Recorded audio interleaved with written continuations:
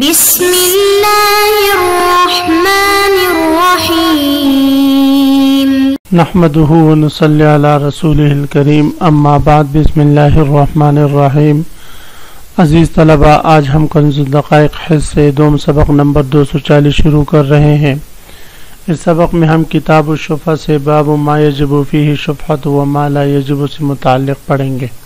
آج کے اس سبق کا خلاصہ یہ ہے کہ مصنف علیہ الرحمہ جو مسائل ذکر کریں گے، ان مسائل کا حل ان 3 ضابطوں میں ہے۔ 6 ضابطے ہم نے اس باب سے متعلق پڑھے تھے سبق نمبر 239 میں،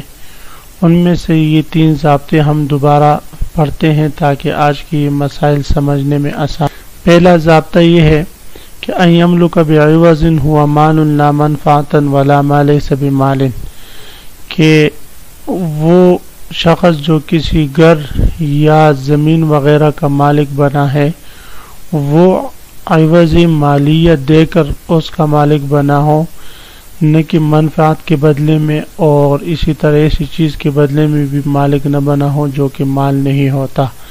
جیسے کہ خون ہے یا عتق وغیرہ ہے۔ تو اب اگر غلام اپنے آقا سے کہے آپ مجھے اتنا مال دے دے یا گھر دے دے، آپ آزاد ہو جائیں گے، وہ بدلی کتابت میں گھر دے دیتا ہے، تو آقا پر اب شفع نہیں کر سکتا۔ وجہ یہ کہ آقا نے یہ گھر ایسے چیز کے بدلے میں حاصل کیا ہے یا عتق کے بدلے میں جو مال نہیں۔ دوسرا ضابطہ یہ ہے کہ ان تکون المبادلۃ المالیۃ اصالۃ لا تبعاً، کہ مبادلہ مالیہ اصالتاً ہو تبعاً نہ ہو۔ مطلب یہ ہے کہ اگر 2 شریکین آپس میں مشترک گھر یا مشترکہ زمین تقسیم کرتے ہیں، تو اب ان کا شفیع اس پر شفع کا حق نہیں رکھتا کہ وہ آ کر یہاں پر شفع کرے، اس لیے کہ تقسیم بھی اگرچہ انتہاءً مبادلہ ہے لیکن یہاں پر مبادلہ اصالتاً نہیں ہے، تبعاً ہے، اور عقد شفع کی ثبوت کے لیے اصالتاً مبادلہ ضروری ہے۔ تیسرا ضابطہ یہ کہ ان یکون عقد التملیک بعوض صحیحا لا فاسدا، کہ عقد تملیک عوض صحیح سے ہو نہ کہ عقد فاسد سے ہوئے ہو، یعنی وہ ایسے عقد کے ذریعے اس گھر یا زمین کا مالک ہوا ہو جو عقد صحیح ہو، عقد فاسد نہ ہو۔ عقد فاسد سے اگر کوئی شخص کسی گھر یا زمین کا مالک بچ جائے تو اس میں بھی شفیع کو شفع کا حق حاصل نہیں ہوگا، اس لیے کہ عقد فاسد میں مبی واجب الرد ہوتی ہے اور وہ عقد واجب الفسخ ہوتا ہے، اس لیے شفیع کو ہم شفع کا حق نہیں دیں گے۔ تو عزیز طلبہ، ان مسائل کو سمجھنے کے بعد اب ہم آتے ہیں کتاب کی طرف۔ سب سے پہلے ہم عبارت پڑھتے ہیں، او وہبت بلا عوض مشروط او بیعت بخیار البائع او بیعت فاسدا ما لم يسقط حق الفسخ بالبناء او قسمت بین الشرکاء او سلمت شفعته ثم ردت بخیار رؤیت او شرط او عیب بقضاء وتجب لو ردت بلا قضاء او تقاید۔ یہ مسئلہ چل رہا تھا کہ اگر غلام اپنے عتق کے عوض میں کوئی گھر یا زمین اپنے مولا کو دے دے، تو وہ گھر یا وہ زمین جو عتق کے عوض کے طور پر کسی کو دیا گیا ہو، کسی کو اس کا مالک بنایا گیا ہو، تو فرماتے ہیں اس گھر یا زمین میں شفیع کو شفع کا حق حاصل نہ ہوگا۔ وجہ یہ ہے کہ ہم ضابطہ پڑھ چکے ہیں کہ یہ عتق ایک ایسی چیز ہے جو مال نہیں ہے، جبکہ گھر یا زمین کی تملیک میں شفع کی ثبوت کے لیے عوض مالیہ کے ساتھ مالک ہونا ضروری ہے۔ او وہبت بلا عوض مشروط، اسی طرح اگر کوئی شخص اپنا گھر یا زمین اپنے بیٹی کو یا اپنے بھائی کو، خاص جگری دوست کو ہبہ کر لے بغیر کسی عوض کے،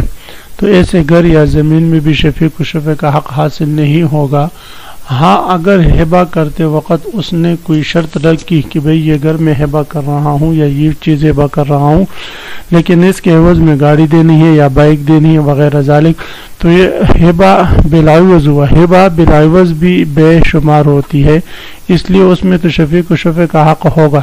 لیکن ہبہ بلا عوض میں شفیع کو شفع کا حق حاصل نہیں۔ او وہ ہبت یا اگر ہبہ کر دیا گیا بلا عوض مشروط بغیر کسی عوض مشروطہ کے، عوض کی شرط لگائے بغیر کوئی گر ہبہ کر لے تو اس میں شفیع کو شفیع کا حق حاصل نہیں۔ او بیعت بخیار البائع، یا اگر کوئی گر بیچا گیا بائع کے خیار کے ساتھ۔ یاد رکھیں عزیز طلبہ کہ آپ حضرات یہ پڑھ چکے ہیں کہ بائع اور مشتری میں سے اگر خیار شرط بائع کے لیے ہو تو مبیع بائع کی ملکیت سے نہیں نکلتی، اور اگر خیار شرط وہ مشتری کے لیے ہو تو مبیع بائع کی ملکیت سے نکل جاتی ہے۔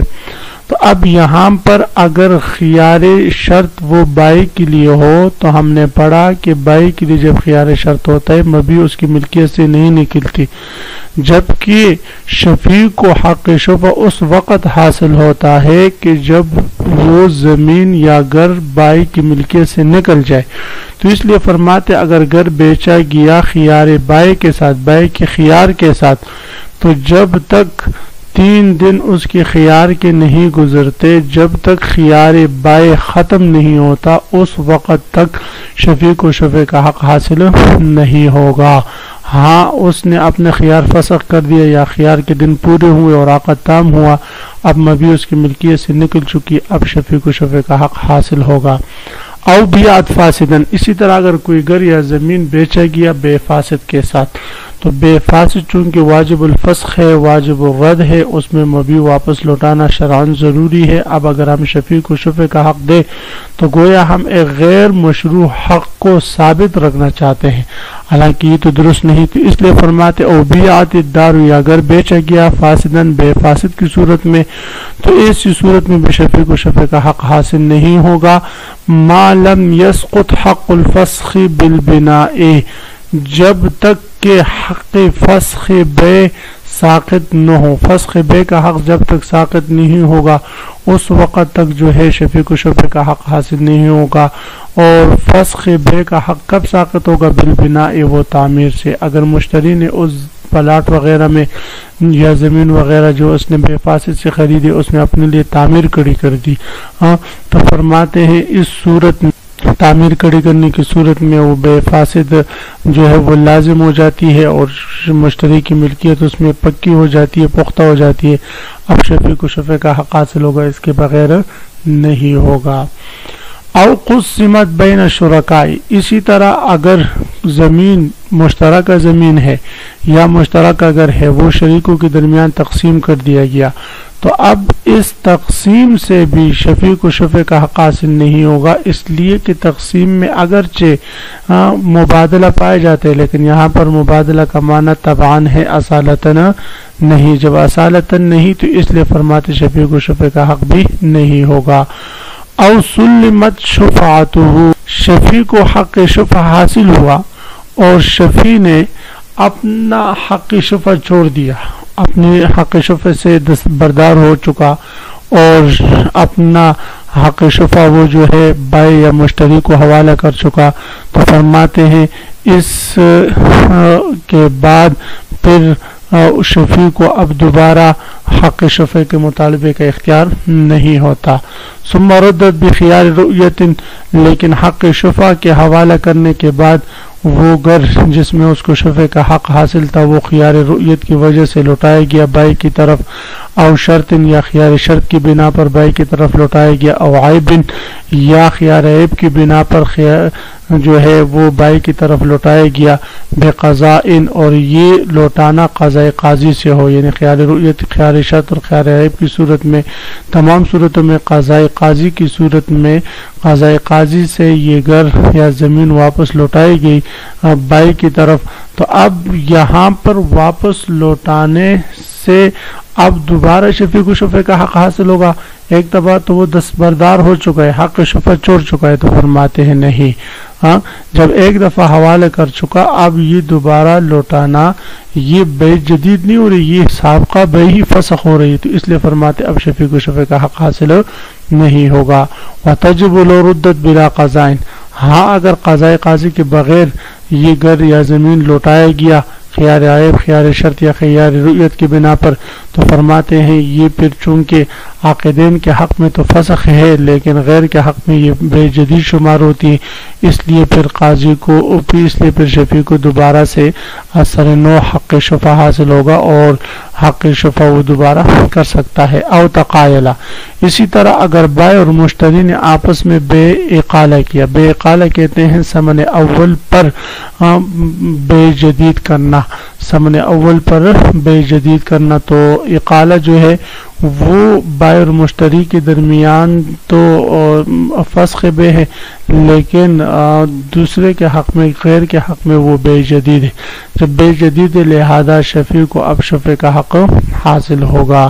تو عزیز طلبہ، آج کے سبق کا خلاصہ یہ ہوا کہ ہم نے سب سے پہلے یہ ضابطہ پڑھا کہ اگر بے میں عقد میں عوض ذکر اور زمین کے بدلے میں جو عوض ہے وہ مال نہ ہو بلکہ غیر مال ہو تو یا منفعت ہو تو پھر اس صورت میں شفیع کو شفع کا حق حاصل نہیں ہوگا۔ اسی طرح پھر اس کے بعد ہم نے یہ ضابطہ اور یہ اس سے متعلق مسائل پڑھے کہ اگر بے فاسد ہوئی ہو تب بھی شفیع کو شفع کا حق حاصل نہیں ہوگا جب تک کہ بے فاسد میں فسخ عقد کا حکم جو ہے وہ ساقط نہیں ہوتا۔ اسی طرح پھر ہم نے تیسرا ضابطہ یہ پڑھا کہ بے اسی صورت میں بے سے شفع ثابت ہوگا اور شفیع شفع کر سکے گا کہ جب بے اصالتاً ہو نہ کہ تبان ہو، اگر تبان ہو تو اس میں بھی شفیع کو شفع کا حق حاصل نہیں ہوتا، اس طرح کہ اگر شریکین آپس میں مشترکہ زمین یا مکان تقسیم کرتے تو اس میں شفیع کو شفع کا حق حاصل نہیں ہوتا۔ عزیز طلبہ، اسی مسئلے کے ساتھ آج کے سبق کے اختتام ہوا۔ آپ حضرات اس سبق کو خوب غور سے سنیں سمجھے۔ اللہ ہم سب کا حامی و ناصر و آمین، و آخر دعوانا ان الحمدللہ رب العالمین۔